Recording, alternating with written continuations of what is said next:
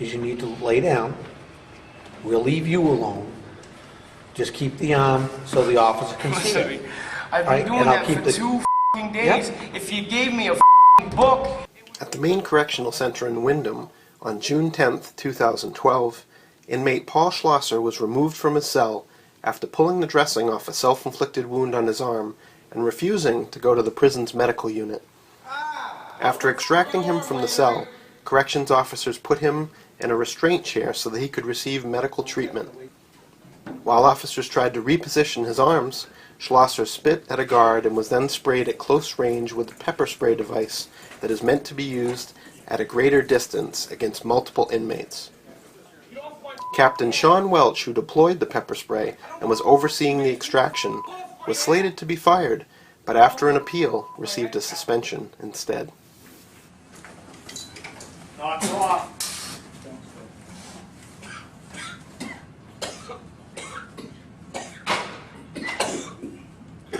I can't breathe.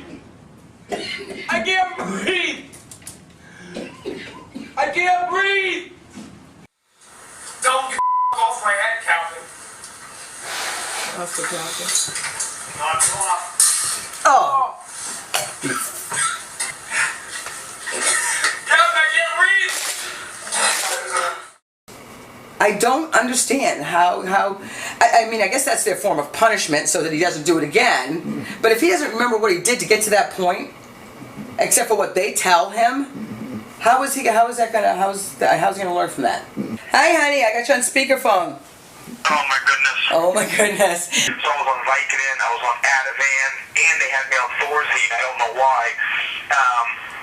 And I don't really remember the beginning. I can tell you, more details towards the end. But I was so out of it. I don't recall really even them asking me to, to come, to get cleaned up, I guess, in there. And they had me all strapped in. And I think an officer was behind me. They're all suited up, and I think one of them had his finger in my eye. I was upset, and I leaned back and I spit, on one of these officers. He captain, he had maced me with a big hamster mace, and I couldn't breathe, and it was just an awful claustrophobic.